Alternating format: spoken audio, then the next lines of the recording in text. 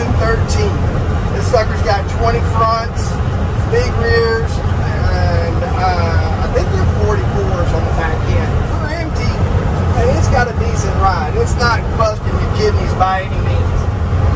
Maxing out at 71 miles an hour, 72 miles an hour, 1,700 RPMs, and it's a nice straight ride. Mack Jakes, I tell you, the RPMs need to be up there. So I got it revved up.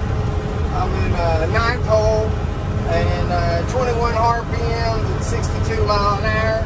We'll do our little check here.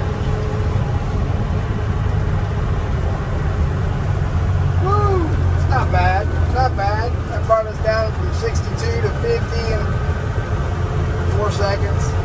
Everybody loves the Jake brake, man. You know, it just makes it so much nicer not to have to wear down your brake pads. Just click the button, you know. So this is a 2012 Mack GU713 Granite. It is their best truck as far as giving suspensions and whatnot. This is the only one, from my understanding, that's allowed to have the 20,000 fronts. Anything else, you had to be built aftermarket, you know. So this Mack has got a 12-yard bed on the back. It's half round inside.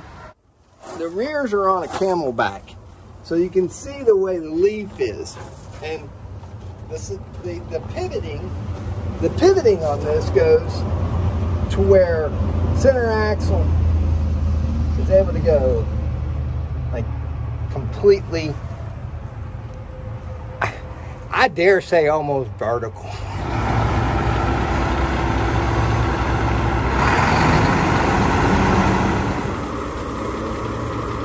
All cylinders are looking good.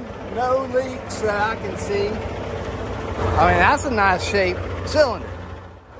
I love the CAMEL. Is that cool or what? Look at the way that design is. Like military. Here's the Muncie controller.